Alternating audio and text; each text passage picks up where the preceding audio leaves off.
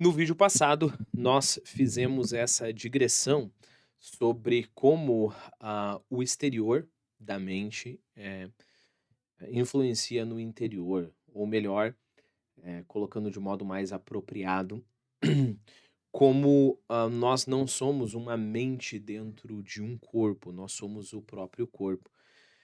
E nós vimos uma das talvez centenas de provas disso, que é que quando você sorri, você consegue ganhar felicidade, por mais que você não tinha sorrindo, né. Nós vimos começamos com essa digressão porque, Hans Castorp, para entender melhor um paciente moribundo, ele, imitou o olhar dele. Lembre-se também que, a Madame Chauchat passou e viu essa imitação, né. Durante esses primeiros dias, e mesmo muito tempo depois, Hus Castorp não chegou a travar conhecimento com outras pessoas. O programa do dia, no seu conjunto, não favorecia isso.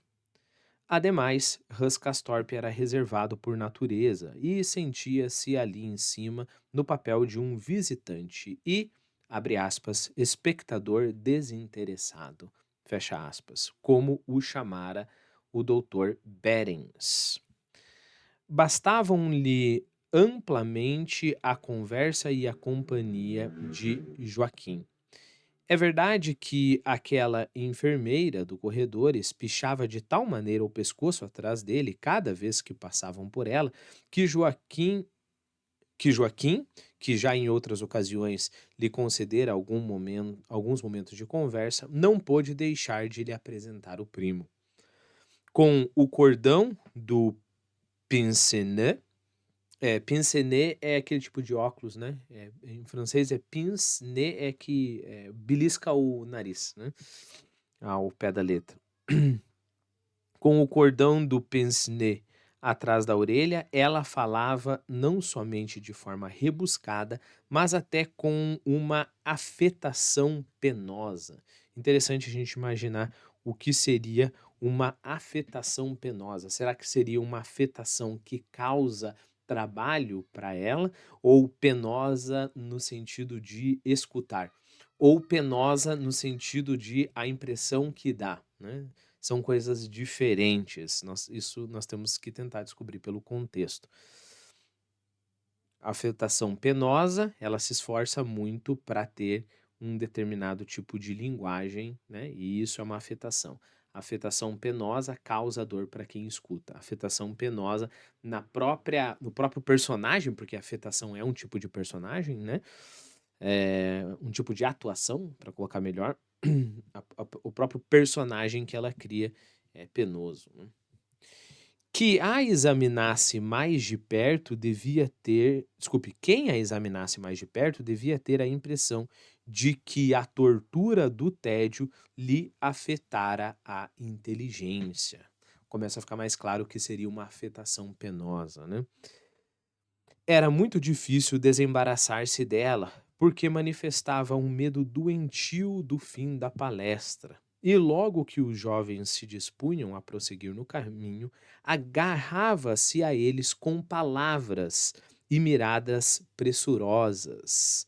E, mesmo com um sorriso tão desesperado que, por misericórdia, eles se detinham outra vez.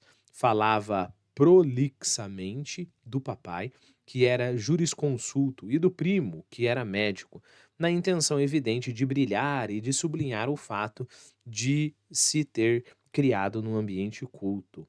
Quanto ao seu paciente, lá atrás daquela porta, era o filho de um fabricante de bonecos de Caburgo e chamava-se Rothbein.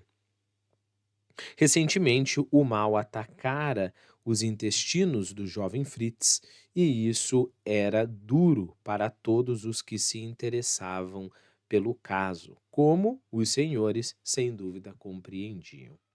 Era especialmente duro para uma pessoa que descendia de uma família de acadêmicos e possuía a sensibilidade peculiar às classes superiores, né? Aqui, duas observações. Lembre-se que o o narrador está fazendo é o que nós chamamos de discurso indireto livre, né? Que é quando você ah, está contando a história de um personagem, mas está misturando o seu discurso com o discurso do personagem, usando as expressões do próprio personagem, né? Então, por exemplo, aqui é o narrador falando, era especialmente duro para ela. Mas quando ele continua, era especialmente duro para uma pessoa que descendia de uma família de acadêmicos e possuía sensibilidade peculiar às classes, ele está assumindo a voz dela. É claro que isso daqui seria muito mais interessante em alemão, porque, eh, pelo menos é o que eu desconfio, o Thomas Mann vai usar o tipo de linguagem dela para deixar a coisa mais interessante, né? E isso nós conseguimos indício pela própria tradução. E não se podia deixá-lo só nem um minuto, ainda ela falando sobre o paciente. Fazia alguns dias, era quase incrível. Ao voltar de uma saidinha, apenas fora comprar um pouco de pó dentifrício, encontrara o doente sentado na cama, tendo diante de si um copo de espessa cerveja preta, um salame, um bruto pedaço de pão de centeio e um pepino. Sua família mandara-lhe todas essas especialidades de sua terra, na ideia de fortificá-lo. Claro que no dia seguinte o homem estava mais morto do que vivo. Ele precipitava o próprio fim, mas isso traria a redenção, só para ele, mas não para ela. A propósito, podiam chamá-la de Berta, se bem que o verdadeiro nome fosse Alfreda Schildknecht, talvez seja assim que pronuncia, já que ela teria então que cuidar de outro doente num estado mais ou menos avançado naquele ou em outro sanatório. Era essa a única perspectiva que se lhe abria. Uma outra não existia para ela, infelizmente. Vê? Novamente, isso não é o narrador que está falando sozinho, é a própria Berta que está se lamentando, né? Pois é, foi o que disse Hans Castorp, e que a profissão de uma enfermeira lhe parecia difícil, sim, mas também bastante honrosa. Honrosa é, com certeza, foi o que a enfermeira respondeu, mas também muito difícil. Qual que é a diferença, né, de ser difícil, mais honrosa, e honrosa, mas difícil, né? A diferença é na ênfase, né? É difícil, mas o mais importante é que é honrosa, né? Pode até ser difícil, mas é honrosa, né? Então, a ênfase é positiva aqui. Quando ela responde é honrosa, com certeza, mas também difícil, ela está dizendo pode até ser honrosa, mas o mais importante, claro, ela não colocaria nessas palavras o mais importante, mas o que realmente tortura é que é difícil, né?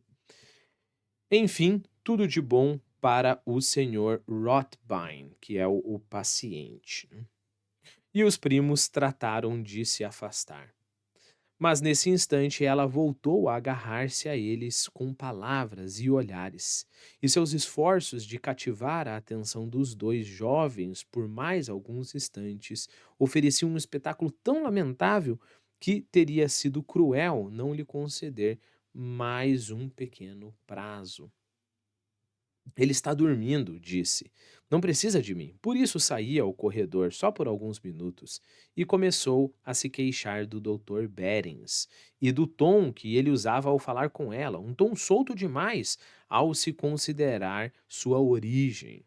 Agradava-lhe muito mais o Dr. Krokowski, que, a seu ver, tinha uma alma e tanto. Depois tornou a tratar do papai e do primo. Seu cérebro não produzia mais nada. Reclamação, tentar se reafirmar, dizer que ela é de uma boa família e mais reclamação, né? Mesmo assim, finalmente lhe escaparam. Mas algum tempo ainda, a enfermeira seguiu-lhe Seguiu-os com olhares ávidos, inclinando o tronco para a frente, como se quisesse segurá-los com a força dos olhos. Depois, com um suspiro que lhe irrompeu do peito, voltou ao quarto do seu paciente. A única outra pessoa que Huskas-Torp chegou a conhecer nesses primeiros dias foi aquela pálida senhora enlutada, a mexicana alcunhada, apelidada de tous les deux, né. Tous les deux, em francês, significa todos os dois, bem ao pé da letra, né? Que ele vira no jardim. Então, o apelido dessa senhora era tous les deux.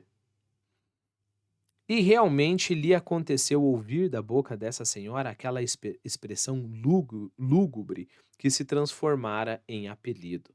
Mas, como já estava prevenido, conseguiu manter uma atitude correta e teve motivos para ficar satisfeito consigo.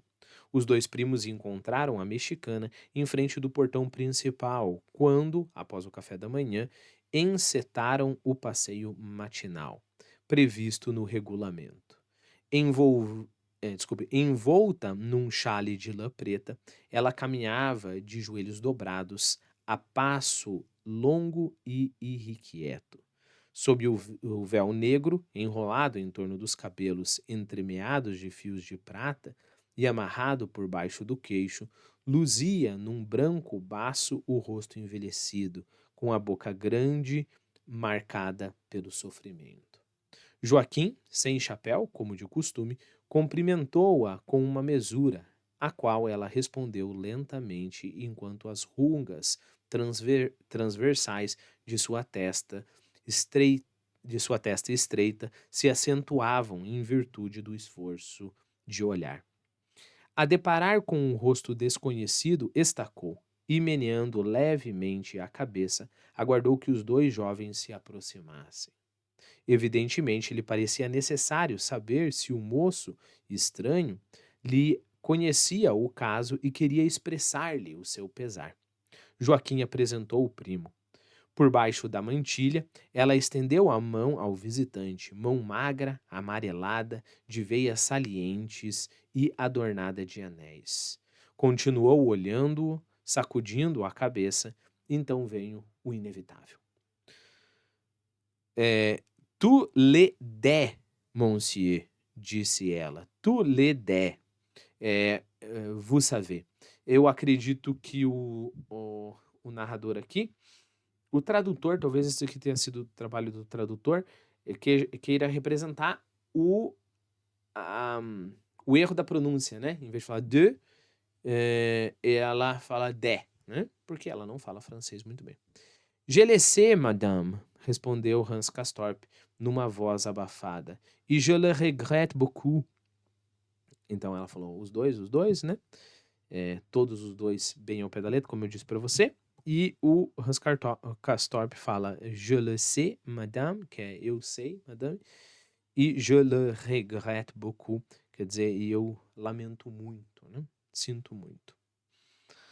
As bolsas flácidas sob os olhos negros, como azeviche é um tipo de pedra, uma pedra bem negra, eram tão grandes e tão pesadas como Huskas-Torp nunca vira iguais. Um perfume suave, murcho, emanava dela. Novamente, o que é um perfume murcho, né? Será que é um perfume de algo murcho? Ou seja, um perfume de uma flor murcha, então poderia ser, ou o próprio perfume que é murcho, né? É como se o perfume ele envelhecesse, ele perdesse o brilho, né? Não é só que ele ficou tênue, não é só que ele ficou difícil de perceber, né? Ele perdeu a juventude. O jovem sentiu uma emoção doce e grave invadir-lhe o coração. Deixa eu te dizer algo aqui que você... Não sei se eu falei em alguma vez nos nossos vídeos. Lembre-se que alguém tão perceptivo como Thomas Mann, o cara praticamente ele vai perceber coisas que nós demoraríamos anos para desenvolver a percepção, mesmo prestando muita atenção, né? Ele vai jogar a conclusão de percepções que ele teve, e às vezes ele pode, né? Ele pode ter passado um tempão desenvolvendo essa percepção, né? Então, vamos simular esse processo. O Thomas Mann, vamos supor, tinha lá uma tia velha e tinha esse perfume característico. E ele ficava pensando, mas o que é isso? É um cheiro de velha, mas cheiro de velha? O que é isso? É um cheiro ruim? Não é um cheiro ruim, mas é um cheiro que nem o outro, é só um cheiro diferente. Não é o tipo, o que, mas é o como desse cheiro. O que é isso? E aí vamos imaginar que ele passa tempo refinando essas coisas até que ele chega a essa expressão, né? Perfume suave, murcho, que emanava de uma pessoa. Então esse seria o processo, né, hipotético aqui de Thomas Mann ter chego a esta expressão. Pode acontecer, e eu te garanto que aconteceu muitas vezes comigo, não só na literatura de Thomas Mann, mas de vários outros escritores, de você guardar isso, né, um perfume murcho, e aí um dia você tá andando na rua e passa uma velhinha do teu lado, e aí você, eureka, isso é um perfume murcho. Perfume murcho, percebeu? Porque alguém como Thomas Mann é um desbravador da linguagem, né? Ele vai conseguir expressar o que antes não se expressava, em muitos casos, né? Então é comum acontecer isso. Então eu não cobro de você, né? Porque eu não cobro de mim mesmo, que você entenda todas as expressões, mas que você chame a tua própria atenção, como esse é o meu trabalho aqui, né? Então eu vou tentar fazer isso toda vez, mas quando você estiver lendo outros livros, chame a tua atenção para isso. Ué, mas como assim um perfume murcho? E aí, pense em possibilidades, né? Teorias, né? Perfume de alguma coisa, murcha, perfume que está se acabando, perfume de alguma coisa. Percebeu? E nisso, algumas coisas vão ficar lá como questões ainda para você, e muita coisa vai ser esclarecido no simples fato de você trazer essas questões à tona.